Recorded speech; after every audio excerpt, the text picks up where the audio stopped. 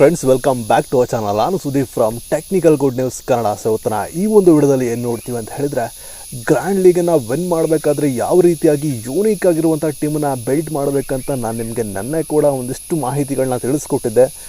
ಅದರಲ್ಲಿ ಕೆಲವೊಂದಿಷ್ಟು ಮಾಹಿತಿಗಳನ್ನ ನಾನು ನಿಮಗೆ ತಿಳಿಸ್ಕೊಡೋಕ್ಕಾಗಿರಲಿಲ್ಲ. ಸೊ ಹಾಗಾಗಿ ಇವತ್ತಿನ ಈ ಒಂದು ವಿಡಿಯೋದಲ್ಲಿ ಅಲ್ಲಿ ಯಾವೆಲ್ಲ ಮಾಹಿತಿಗಳು ಕಮ್ಮಿ ಇದ್ವೋ, ಅಂದರೆ ಕೆಲವೊಂದಿಷ್ಟು ಇಂಪಾರ್ಟೆಂಟ್ ಆಗಿರುವಂಥ ಮಾಹಿತಿಗಳನ್ನ ಇವತ್ತು ನಾನು ನಿಮಗೆ ತಿಳಿಸ್ಕೊಡ್ಬೇಕಾಯ್ತು. ಅದಕ್ಕಿಂತ ತುಂಬಾ ಚೆನ್ನಾಗಿರುವಂಥ ಇನ್ಫಾರ್ಮೇಷನ್ನ ನಾನು ನಿಮಗೆ ಇವತ್ತು ತಿಳಿಸ್ಕೊಡ್ತೀನಿ. ಯಾಕಂತ ಹೇಳಿದ್ರೆ, ಗ್ರ್ಯಾಂಡ್ ಲೀಗನ್ನು ವಿನ್ ಮಾಡಬೇಕು ಅಂತ ಹೇಳಿದರೆ ನೀವು ಎಷ್ಟು ಟೀಮನ್ನು ಕ್ರಿಯೇಟ್ ಮಾಡಿದಿರಿ ಅನ್ನೋದಕ್ಕಿಂತ ಹೆಚ್ಚಾಗಿ ಕ್ರಿಯೇಟ್ ಮಾಡಿರುವಂಥ ಟೀಮನ್ನು ಎಷ್ಟು ಯೂನಿಕಾಗಿ ಕ್ರಿಯೇಟ್ ಮಾಡಿರ್ತೀರ ಅನ್ನುವಂಥದ್ದು ಇಂಪಾರ್ಟೆಂಟ್ ಆಗುತ್ತೆ, ಆಯಿತಾ.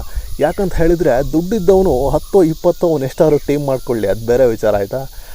ನಾವು ಟೀಮ್ ಮಾಡಬೇಕಾದ್ರೆ ನಮ್ಮ ಟೀಮನ್ನು ಆ 20 ಟೀಮಿಗೆ ಕಾಂಪೀಟ್ ಆಗೋ ರೀತಿಯಲ್ಲಿ ಯಾವ ರೀತಿಯಾಗಿ ಯೂನಿಕ್ಕಾಗಿ ಟ್ರೈ ಮಾಡಬೇಕು, ಯಾವ ರೀತಿಯಾಗಿ ಕ್ರಿಯೇಟ್ ಮಾಡಬೇಕು ಯೂನಿಕ್ಕಾಗಿ. ಅಂದರೆ ಅವ್ರು ಎಷ್ಟಾದರೂ ಟೀಮನ್ನು ಕ್ರಿಯೇಟ್ ಮಾಡ್ಕೊಳ್ಳಿ, ಅದು ಬೇರೆ ವಿಚಾರ. ಯಾಕಂತ ಹೇಳಿದ್ರೆ, ಯೂನಿಕ್ಕಾಗಿ ಪರ್ಫೆಕ್ಟಾಗಿ ನಾಲೆಡ್ಜ್ ಇರುವಂಥ ಒಂದು ಟೀಮ್ನ ನೀವು ಕ್ರಿಯೇಟ್ ಮಾಡಿದಿರಿ ಅಂತ ಹೇಳಿದರೆ, ಅದು ಅವ್ನು ಕ್ರಿಯೇಟ್ ಮಾಡಿರೋ 10 ಟೀಮಿಗೆ ಸಮ ಇರುತ್ತೆ. ಸೊ ಹಾಗಾಗಿ ಯಾವುದೇ ಕಾರಣಕ್ಕೂ ಈ ಒಂದು ವಿಡಿಯೋನ ಮಿಸ್ ಮಾಡೋದಕ್ಕೆ ಹೋಗ್ಬೇಡಿ. ಯಾಕಂತ ಹೇಳಿದರೆ, ಕೆಲವೊಂದಷ್ಟು ಪ್ರೋ ಟಿಪ್ಸ್ಗಳನ್ನ ನಾನು ನಿಮಗೆ ಇವತ್ತಿನ ಈ ಒಂದು ವಿಡಿಯೋದಲ್ಲಿ ತಿಳಿಸ್ಕೊಡ್ತೀನಿ. ಸೊ ಇದರಿಂದ ನಿಮ್ಮ ಒಂದು ಟೀಮ್ ಏನಿದೆ ಡೆಫಿನೆಟಾಗಿ ರ್ಯಾಂಕ್ ಮಾಡುವಂಥ ಎಲ್ಲ ಚಾನ್ಸಸ್ಗಳು ಇರುತ್ತೆ. ಸೊ ಹಾಗಾಗಿ ಸ್ಕಿಪ್ ಮಾಡೋದಕ್ಕೆ ಹೋಗಬೇಡಿ.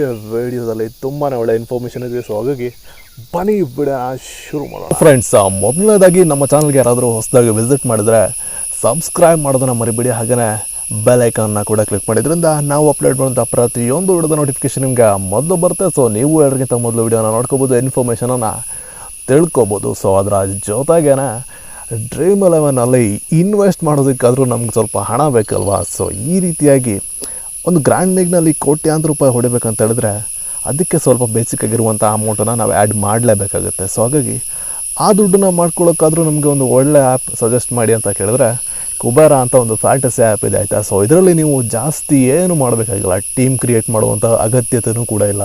ನಿಮಗೆ ಪ್ಲೇಯರ್ ಟು ಪ್ಲೇಯರ್ ಬ್ಯಾಟಲಲ್ಲಿ ಡುಯೋ ಅನ್ನುವಂಥ ಕಾಂಟೆಸ್ಟ್ನಲ್ಲಿ ಒಳ್ಳೆ ಅಮೌಂಟನ್ನು ಅರ್ನ್ ಮಾಡ್ಕೋಬೋದು. ಹಾಗೆಯೇ ವಿನ್ನಿಂಗ್ ಪ್ರೂಫ್ಸ್ಗಳು ಕೂಡ ನಿಮ್ಮ ಮುಂದೆ ಇದೆ. ಸೊ ಹಾಗಾಗಿ ಒಬ್ಬ ಪ್ಲೇಯರ್ನ ಸೆಲೆಕ್ಟ್ ಮಾಡೋಕ್ಕಾಗಲ್ಲ ಹೇಳ್ರಿ ನಿಮ್ಮ ಹತ್ರ. ನಿಮಗೆ ನಾಲೆಡ್ಜ್ಗೆ ಇಡೀ ಟೀಮನ್ನು GLಗೋಸ್ಕರ ಪ್ರಿಪೇರ್ ಮಾಡ್ತೀರಾ ಅಂತ ಹೇಳಿದ್ರೆ, ಒಬ್ಬ ಅಪೋನೆಂಟ್ ಎದುರುಗಡೆ ಒಂದು ಪ್ಲೇಯರ್ನ ಸೆಲೆಕ್ಟ್ ಮಾಡೋಂಥ ನಾಲೆಡ್ಜ್ ನಿಮಗಿರಲ್ಲ.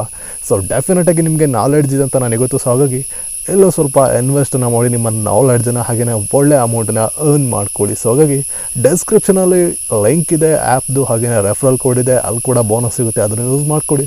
ಎನಿವೆ ಬನ್ನಿ ಇವತ್ತಿನ ವಿಡಿಯೋನ ಶುರು ಮಾಡೋಣ. ಸೊ ಫ್ರೆಂಡ್ಸ್, ನಾನು ನಿಮಗೆ ಲಾಸ್ಟ್ ವಿಡಿಯೋದಲ್ಲಿ ತಿಳಿಸ್ಕೊಟ್ಟಿದ್ದೀನಿ ಒಬ್ಬ ಬ್ಯಾಟ್ಸ್ಮನ್ನ ಹಾಗೆಯೇ ಆಲ್ರೌಂಡರ್ನ ಯಾವ ರೀತಿಯಾಗಿ ಸೆಲೆಕ್ಟ್ ಮಾಡಬೇಕು ಅಂತೇಳಿ. ನಾವು ಅದರಲ್ಲಿ ಇನ್ನೊಂದು ಇಂಪಾರ್ಟೆಂಟಾಗಿ ತಿಳಿಸ್ಕೊಟ್ಟಿದ್ವಿ. ಅದೇನಂತ ಹೇಳಿದ್ರೆ, ಒಬ್ಬ ಆಲ್ರೌಂಡರ್ನ ನೀವು ಕನ್ಸಿಡರ್ ಮಾಡ್ತಾಯಿರ ಅಂತ ಹೇಳಿದ್ರೆ ಅವನು ಬೌಲಿಂಗ್ ಬೇಸ್ಮೆಂಟಿಂದ ಹೋಗಿರಬೇಕು. ಸೊ ಅವನು ಚೆನ್ನಾಗಿ ಬೌಲಿಂಗ್ ಮಾಡಿದ್ರೆ ಮಾತ್ರ ನಿಮ್ಮ ಆಲ್ರೌಂಡರ್ ಅಂತ ಕನ್ಸಿಡರ್ ಮಾಡ್ತಾನೆ. ಹಾಗೆಯೇ ಒಳ್ಳೆ ಪಾಯಿಂಟ್ಸ್ಗಳನ್ನ ಕೂಡ ಅವನು ತಂದು ಕೊಡ್ತಾನೆ.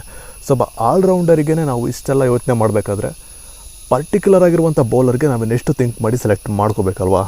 ಸೊ ಫ್ರೆಂಡ್ಸ್, ಒಬ್ಬ ಬೌಲರ್ನ ಟಾರ್ಗೆಟ್ ಮಾಡಿ ನಾವು ಆಡಿಸ್ತಿದ್ದೀವಿ ಅಂತ ಹೇಳಿದ್ರೆ, ನಮ್ಮ ಟೀಮ್ನಲ್ಲಿ ಅವನ್ನ ಸೆಲೆಕ್ಟ್ ಮಾಡ್ಕೋಬೇಕು ಅಂತ ಹೇಳಿದ್ರೆ ಯಾವೆಲ್ಲ ರಿಕ್ವೈರ್ಮೆಂಟ್ಸ್ಗಳು ಇರಬೇಕು ಅಂತ ಹೇಳಿದ್ರೆ, ಮೊದಲನೇದಾಗಿ ಅವನು 4 ಓವರ್ಗಳನ್ನ ಕಂಪ್ಲೀಟ್ ಮಾಡೋ ಹಾಗಿರಬೇಕು. ಮೊದಲನೇದಾಗಿ ಅವನು ಸ್ಟಾರ್ಟಿಂಗ್ 2 ಓವರ್ನಾರು ಅವನು ಆಡಿಸಿರಬೇಕು, ಹಾಗೆಯೇ ಡೆತ್ ಓವರ್ನಲ್ಲಿ ಕೂಡ ಅವನು ಆಡಿಸೋ ಆಗಿರಬೇಕು. ಸೊ ಹೀಗಿದ್ರೆ ಮಾತ್ರ ನಮ್ಮ ಟೀಮ್ನಲ್ಲಿ ಆ ಒಂದು ಬೌಲರ್ ಏನಿದ್ರೆ ಅವನಿಗೆ ಪ್ಲೇಸ್ಮೆಂಟ್ ಕೊಡಬೇಕಾಗತ್ತೆ. ಹಾಗೆಯೇ ಇದೇ ರೀತಿಯಾಗಿರುವಂಥ ಬೆಸ್ಟ್ ಬೌಲರ್ಸ್ಗಳನ್ನ ನಾವು ನಮ್ಮ ಟೀಮ್ಗೆ ಸೆಲೆಕ್ಟ್ ಮಾಡಿ ಇಟ್ಕೊಂಡ್ರೆ ನಮ್ಮ ಒಂದು ಟೀಮ್ ಏನಿದೆ ತುಂಬಾ ಯೂನಿಕಾಗಿ ಬಿಲ್ಡ್ ಆಗುತ್ತೆ, ಆಯಿತಾ. ಸೊ ಹೀಗೆ ಯೂನಿಕಾಗಿರುವಂಥ ಟೀಮ್ ನಮ್ಮ ಹತ್ರ ಇದ್ದಾಗ ಪಾಯಿಂಟ್ಸ್ಗಳು ಯಾಕೆ ಬರೋಲ್ಲ.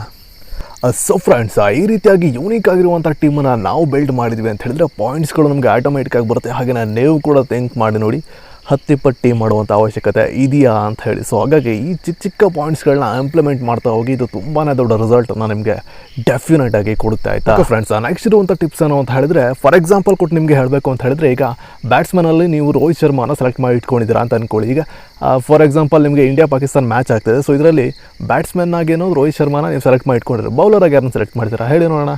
ಬೌಲರಾಗಿ ಯಾರನ್ನು ಸೆಲೆಕ್ಟ್ ಮಾಡಬೇಕಂತ ಹೇಳಿದ್ರೆ ಮೊಹಮ್ಮದ್ ಆಮಿ ಅವ್ರನ್ನ ನೀವು ಸೆಲೆಕ್ಟ್ ಮಾಡಬೇಕಾಗುತ್ತೆ. ಯಾಕಂತ ಹೇಳಿದ್ರೆ ಈಗ ರೋಹಿತ್ ಶರ್ಮಾ ಅವ್ರನ್ನ ಮ್ಯಾಕ್ಸಿಮಮ್ ಅವರೇ ಔಟ್ ಮಾಡಿರೋದ್ರಿಂದ ಸೊ ಅವ್ರನ್ನ ಸೆಲೆಕ್ಟ್ ಮಾಡಬೇಕಾಗುತ್ತೆ. ಯಾಕಂತ ಹೇಳಿದ್ರೆ ರೈಟ್ ಹ್ಯಾಂಡ್ ಬ್ಯಾಟ್ಸ್ಮನ್ಗಳಿಗೆ ಲೆಫ್ಟ್ ಹ್ಯಾಂಡ್ ಬೌಲರ್ಸ್ಗಳು ತುಂಬಾ ಚೆನ್ನಾಗಿ ಟಕ್ಕರ್ ಕೊಡೋದ್ರಿಂದ ಇಲ್ಲಿ ಈ ಒಂದು ಟ್ರಿಕ್ಗಳನ್ನ ನೀವು ಯೂಸ್ ಮಾಡಿಕೊಂಡು ಒಳ್ಳೆ ಬೌಲರ್ಸ್ಗಳನ್ನ ಸೆಲೆಕ್ಟ್ ಮಾಡಬೇಕಾಗುತ್ತೆ. ಸೊ ಈ ರೀತಿಯಾಗಿ ಸುಮ್ಮನೆ ಒಂದು ಎಕ್ಸಾಂಪಲ್ ಕೊಟ್ಟೆ ಅಷ್ಟೇ, ನೀವು ಯಾರನ್ನು ಬೇಕಾದರೂ ಸೆಲೆಕ್ಟ್ ಮಾಡ್ಕೋಬೋದು. ನಿಮಗೆ ನಾಲೆಡ್ಜ್ ತುಂಬಾ ಇಂಪಾರ್ಟೆಂಟ್, ಪ್ಲೇಯರ್ಸ್ಗಳಲ್ಲ. ಸೊ ಹಾಗಾಗಿ ನಾಲೆಡ್ಜ್ ಇತ್ತು ಅಂತ ಹೇಳಿದ್ರೆ ಯಾರ ಮೇಲೆ ಬೇಕಾದರೂ ಅದನ್ನ ಅಪ್ಲೈ ಮಾಡ್ಕೋಬೋದು. ಸೊ ಹಾಗಾಗಿ ನೀವು ಎಲ್ಲ ಟಿಪ್ಸ್ಗಳನ್ನ ಯೂಸ್ ಮಾಡಿದ್ರೆ ಅಂತ ಹೇಳಿದ್ರೆ ತುಂಬಾ ಯೂನಿಕ್ ಆಗಿರುವಂಥ ಟೀಮ್ ನಿಮಗೆ ಕ್ರಿಯೇಟ್ ಆಗುತ್ತೆ. ಹಾಗೆಯೇ ಇನ್ನೂ ಕೆಲವೊಂದಿಷ್ಟು ಟಿಪ್ಸ್ಗಳನ್ನ ನಾನು ನಿಮಗೆ ನೆಕ್ಸ್ಟ್ ವೀಡಿಯೋದಲ್ಲಿ ತಿಳಿಸ್ಕೊಡ್ತೀನಿ. ಅಲ್ಲಿವರೆಗೂ ಟೇಕ್ ಕೇರ್ ಅಂತ ಹೇಳ್ತಾ finally this is Sudeep signing off. Bye.